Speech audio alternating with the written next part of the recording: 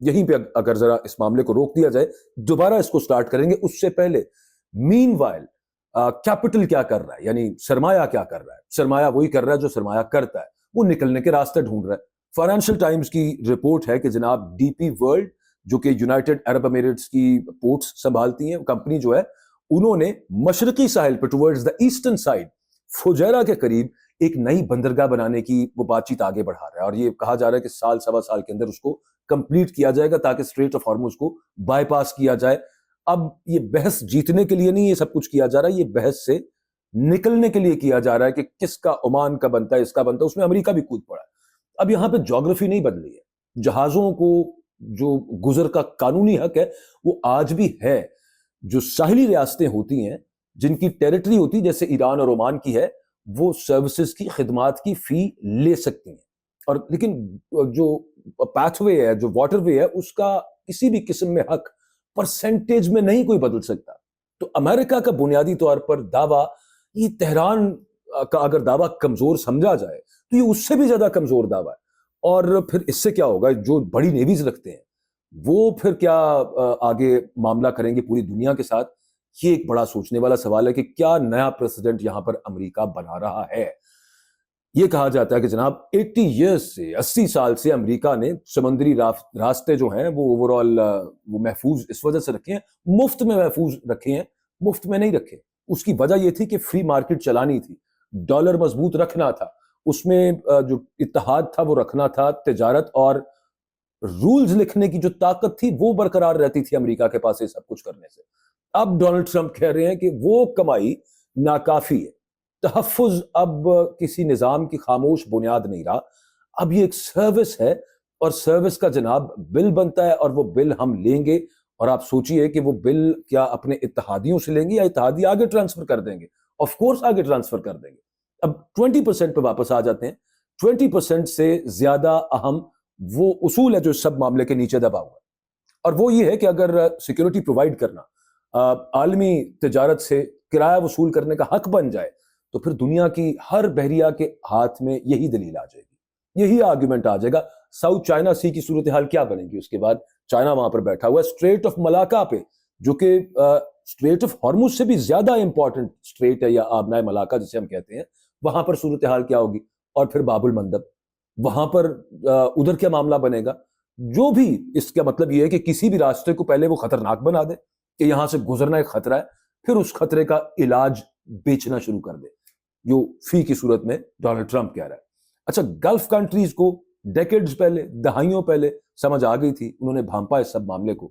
سعودی عرب نے ایران عراق جنگ کے زمانے میں جب پہلی بار ہارموز میں ٹینکر جنگ چھڑی تھی, اس وقت ایک زمینی راستہ انہوں نے بنا لیا تھا. اس جنگ کے دوران اس پر ہر بندہ اس پر بات کر چکا ہے, کافی دفعہ وہ آپ نے سنا ہی ہوگا کہ 1200 کلومیٹر لمبی ایک ایسٹ ویسٹ پائپ لائن ہے, اور اسے پیٹرو لائن کہتے ہیں. اس کا مقصد صرف اتنا سا تھا کہ اسٹریٹ آف ہارموز کو بائی پاس کر کے یہاں سے آئل نکالنا ہے. اچھا, اس سال جب جنگ کے بعد عملاً اسٹریٹ آف ہارموز بند ہوئی تو یہ جو ایسٹ ویسٹ پائپ لائن ہے, پیٹرو لائن جو ہے, اس نے اپنی پوری کیپیسٹی کے مطابق یعنی 70 لاکھ بیرلز ڈیلی آئل ٹرانسفر کرنا شروع کر دیا ٹورڈز دا ادر کوسٹ. اچھا, اس میں سے تقریباً 20 لاکھ بیرل سے کہا جاتا ہے کہ وہ جو مغربی ساحل کی جو ریفائنریز ہیں ادھر چلا جاتا تھا, اور باقی سمندر کے راستے وہ ایکسپورٹ ہوتا تھا, برآمد ہوتا تھا, جس سے ایشین مارکیٹس بھی لے رہی تھی. اسی وجہ سے سعودیہ کو سب سے کم لاس ہوا اس جنگ کے دوران as compared to Qatar, U A E, Kuwait and Bahrain. تو ایران کی زد سے سعودیہ نے اس کو بائی پاس کر لیا اور وہ ریڈ سی کی طرف وہ سب معاملہ موڑ دیا. لیکن یہاں پر پیچیدگی ہے جو اگین کل کی ایک بڑی اہم اور بہت ہی تشویشناک ڈیولپمنٹ ہے. وہ یہ ہے کہ یمبو سے, جو کہ ویسٹرن سائڈ پہ ہے, وہاں سے نکلنے والا جو آئل ایشیا پہنچتا تھا وہ آف کورس وہ جنوب کی طرف سے, وہ ساؤتھ کی طرف سے باب المندب سے گزرتا ہے. وہ اسٹریٹ جو کہ اپنے تنگ ترین مقام پہ وہ 18 مائلز چوڑی ہوتی ہے.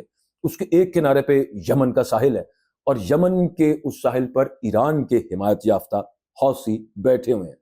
اب یہاں پہ یہ کوئی ایسا نہیں ہے کہ صرف ہوائی بات ہو. حوثی اس سے پہلے اس پائپ لائن کو, یہ جو east to west pipeline ہے سعودی عربیہ کے اندر, اور جو ریڈ سی کے اندر جو جہاز رانی ہے, جو وہاں پر سی جرنیز جو ہیں, جو ٹریڈ ہے وہاں پہ سمندر کے اندر, وہ اس کو نشانہ بنا چکے ہیں حوثیز. اس سے پہلے اپریل 2026 میں بھی ایک ڈرون حملے نے اس پائپ لائن کی جو ٹوٹل کیپیسٹی ہے اس میں سے تقریباً 7 لاکھ بیرل ڈیلی کے کاٹ دیے تھے. یہ پرانی بات نہیں ہے, یہ ابھی کی بات ہے.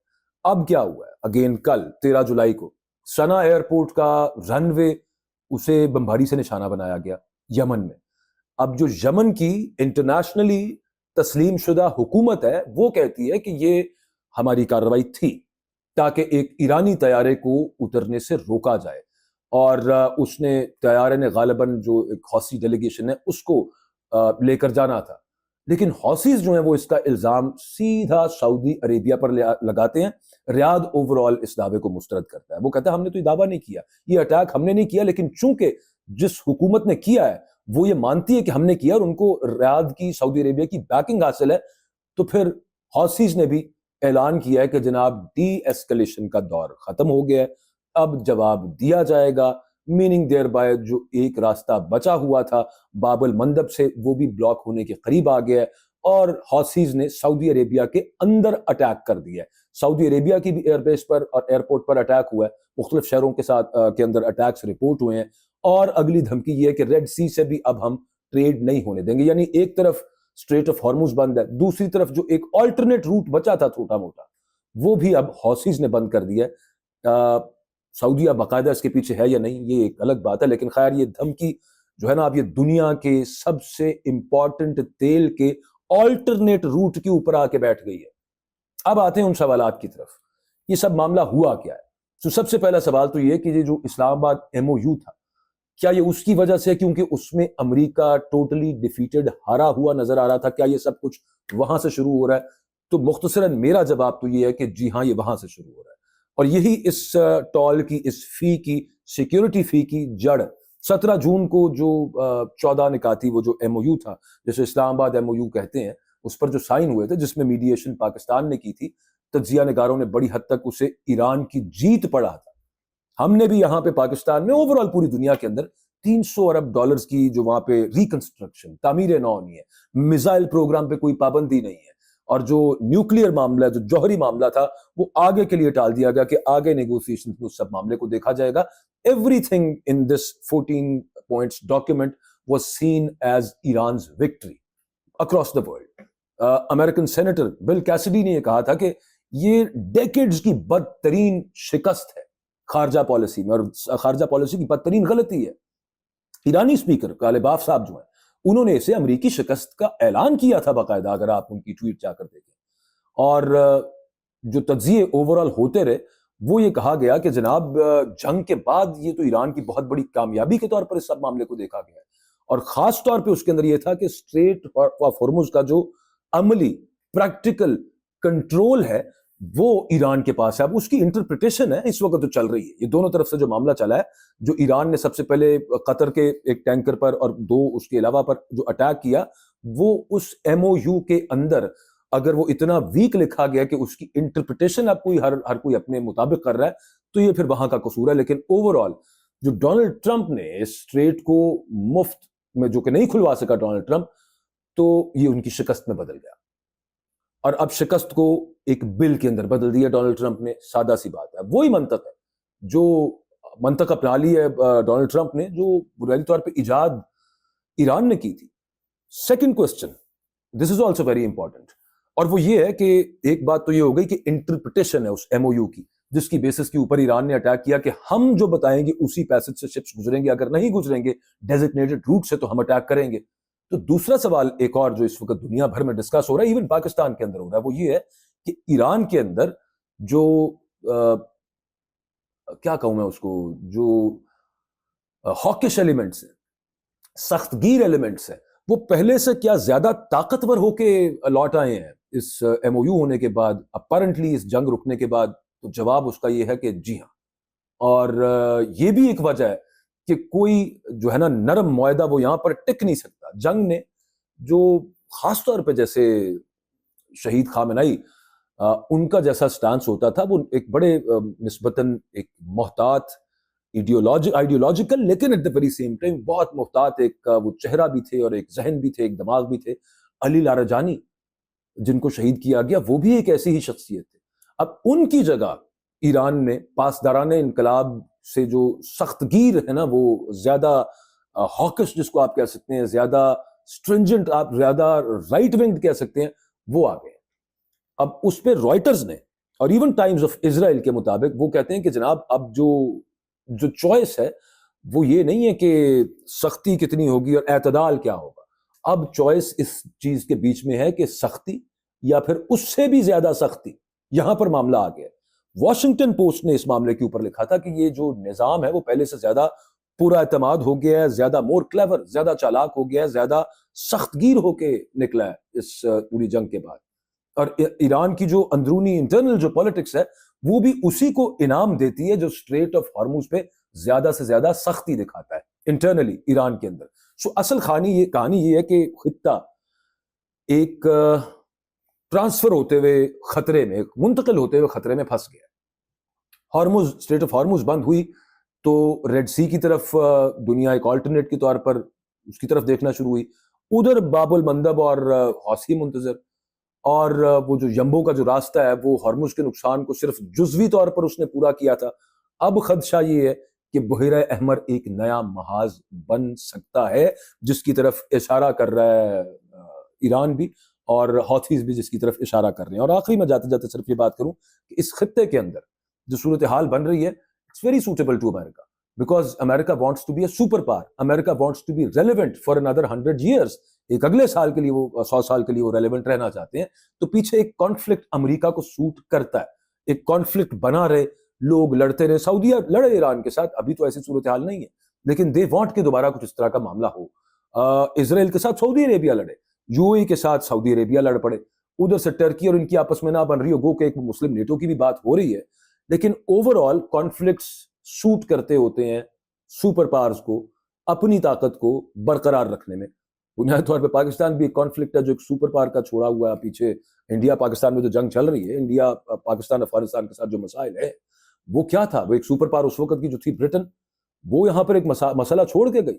اسرائیل اٹسیلف از اے کانفلکٹ، ایک تنازع ہے۔ اس پر میں خیر ایک پچھلے ویلاگ میں کافی ڈیٹیل کے ساتھ بات کر چکا ہوں، لیکن ابھی تک کی جو صورتحال ہے وہ یہ نظر آتی ہے۔ اور اس پر جو لاسٹلی جو انٹرنیشنل پبلیکیشنز آج کہہ رہی ہیں، زیادہ تر کا خیال یہ ہے، اور خاص طور پہ آئل مارکیٹس کا خیال یہ ہے کہ ڈونلڈ ٹرمپ اس وقت ہیج کر رہے ہیں، اور سوال اس وقت یہ ہے کہ ہو بلنکس فرسٹ، پہلے کون آنکھ جھپکتا ہے، ایران یا پھر امریکہ؟ کیونکہ ایران بھی افورڈ نہیں کرتا اس وقت بہت زیادہ دیر تک فائنینشلی بلیڈ کرنا، اور امریکہ بھی افورڈ نہیں کرتا کہ امریکہ میں مڈ ٹرم الیکشن سے پہلے ایک دفعہ پھر تیل کی قیمتیں بڑھ جائیں جہاں پر جنگ کے دوران آ چکی تھی، اور اس کی وجہ سے جو اس وقت امریکہ میں جو پاپولیرٹی ہے ڈونلڈ ٹرمپ کی، وہ مختلف سرویز کے اندر کانسٹنٹلی وہ نیچے آ رہی ہے۔ سو یہاں پر میرا ذاتی خیال بھی یہی ہے کہ ڈونلڈ ٹرمپ، میرا نہیں خیال کہ وہ واقعی یہ ٹیکس وصول کرنا چاہتے ہیں، یہ بھتہ وصول کرنا چاہتے ہیں، یہ سیکیورٹی کی فی وصول کرنا چاہتے ہیں۔ بنیادی طور پہ یہیں پہ معاملہ آیا ہوا ہے کہ اپنی شکست کی خفت مٹانے کے لیے، اور برنکسمین شپ چل رہی ہے بنیادی طور پہ، جس کی وجہ سے یہ سب معاملہ ہو رہا ہے، کیونکہ آئل مارکیٹس ابھی تک اس کو ریڈ اس طرح سے نہیں کر رہی کہ یہ سیریسنس میں، ورنہ پرائسز ابھی تک بہت زیادہ، اس سے زیادہ جتنی ہوئی ہیں اس سے زیادہ راکٹ کر چکی ہوئی، جو کہ ابھی تک نہیں کی۔ یہ ابھی تک کی صورتحال ہے، کل کو کیا بنتا ہے نو ون نوز۔ اجازت دیں، اللہ حافظ۔